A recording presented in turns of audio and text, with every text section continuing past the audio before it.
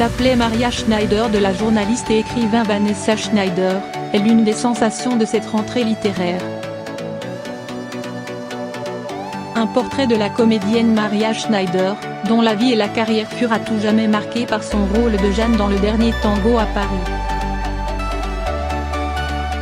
La romancière se confie sur cette cousine qu'elle admirait mais qu'elle a aussi vue se détruire. Un tournage d'une extrême violence. Je ressens beaucoup d'émotion à l'avoir redécouverte et de voir l'intérêt des lecteurs qui redécouvrent cette femme, ses combats, ses convictions. Avec Tu t'appelais Maria Schneider édition Grasset, Vanessa Schneider a fait plus que dresser le portrait de l'une de ses cousines, éternellement enfermée dans un rôle, celui qu'elle a incarné à l'âge de 19 ans en 1972 dans Le Dernier Tango à Paris.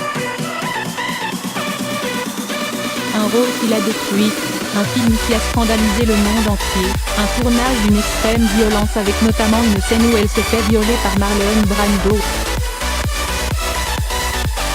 Elle n'avait pas été prévenue par le réalisateur Bernardo Bertolucci que le monstre sacré du cinéma utiliserait du beurre comme lubrifiant dans une scène de sodomie. Un traumatisme jamais effacé. Détruite, cette femme charismatique a plongé dans l'enfer de la drogue. Vanessa Schneider avait beaucoup d'admiration pour sa cousine, que ses parents ont hébergée après que sa mère l'a mise à la porte à l'âge de 15 ans. C'était une femme charismatique, belle, intelligente, à qui il arrivait tout le temps plein de choses. C'était une figure très positive mais il y avait aussi la face noire de Maria.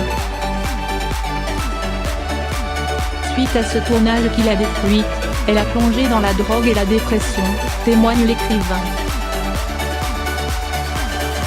Vanessa et Maria auraient dû écrire ce livre à deux. Un contrat avait même été signé il y a une quinzaine d'années. Mais Maria est décédée en 2011 et Vanessa a écrit seule ce portrait de femme, si en avance dans ses combats mais qui n'a jamais été entendu.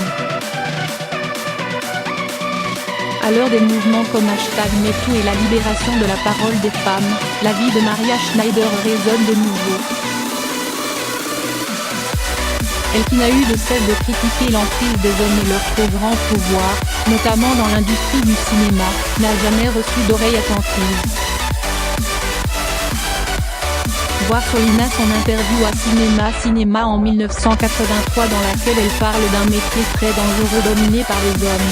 Sa cousine réussit en tout cas le pari de faire de nouveau résonner sa voix et ses pensées.